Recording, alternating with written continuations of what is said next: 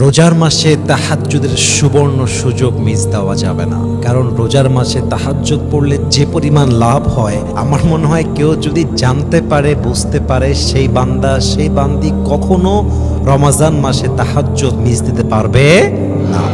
Number 1, হাদিসে আসছে যেই বান্দা রমজান মাসে রাত জেগে কিয়ামুল লাইল করবে তথা নামাজ পড়বে, আল্লাহ রাব্বুল ইজ্জাত ওয়াল জালাল তার পেছনের সমস্ত গুনাহ খাতা মাফ করে দেবেন।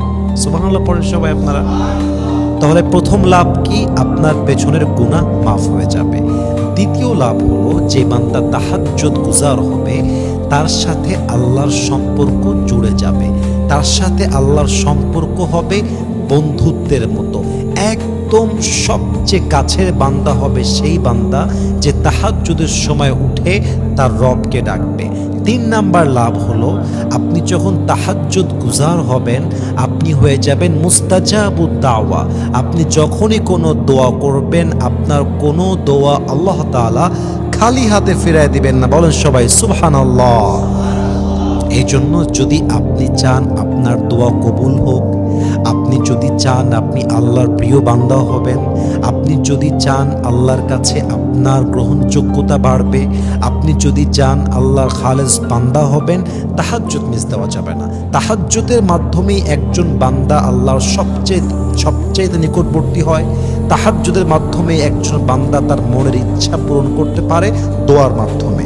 এবং তাহাজ্জুদের সবচেয়ে বড় একটা লাভ হচ্ছে আল্লাহ আপনাকে দোজখ থেকে মুক্তি দান করে, আল্লাহ আপনাকে জাহান্নাম থেকে মুক্তি দান করে।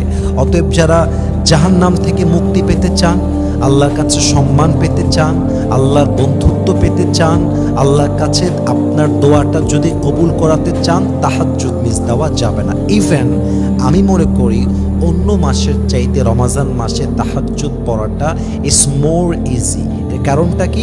আমরা কিন্তু সাহারি খেতে উঠতেছি, এক ঢেলে দুই পাখি।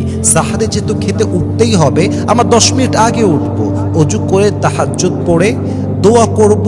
এই ছোট্ট একটা আমলের মাধ্যমে আপনার জীবন যে কত পরিবর্তন হবে, আপনার জীবনের কত দোয়া যে কবুল হবে, ইউ জাস্ট কান্ট ইমাজিন। আপনি কল্পনা করতে পারবেন না। এজন্য সবার কাছে আবদার, আর যাই হয়ে যাক রমজান মাসে আমরা কোনোভাবে তাহাজ্জুদের মতো একটা গোল্ডেন চান্সকে আমরা মিস করব না। আল্লাহ আমাদের সবাইকে তাহাজ্জুদটা কন্টিনিউ করার তৌফিক দান করুক, আমিন।